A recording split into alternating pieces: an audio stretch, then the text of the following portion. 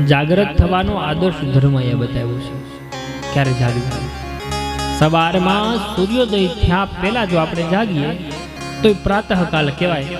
એમાં જે માણસ જાગે એની બુદ્ધિ નિર્મળ રહે. અને જાગૃત થવાનું નહીં પણ સ્નાન કરવાનો પણ નિયમો છે. સવારમાં વહેલા જે 4 થી 5 ની વચ્ચે સ્નાન કરે અને ઋષિ સ્નાન કહેવાય. અને સૂર્યોદય બરોબર થતો આવતો હોય અને 5 વાગ્યાથી લઈને 7 વાગ્યા સુધીમાં સૂર્યોદય હજી ઉદય થાય એ સામે જો સ્નાન કરી લેવામાં આવે તો એ મનુષ્ય સ્નાન છે. અને 8 વાગ્યા પછી ડોલું લઈને બાથરૂમમાં આમથી આમ દોતું કાઢતા હોય એને રાક્ષસી સ્નાન છે.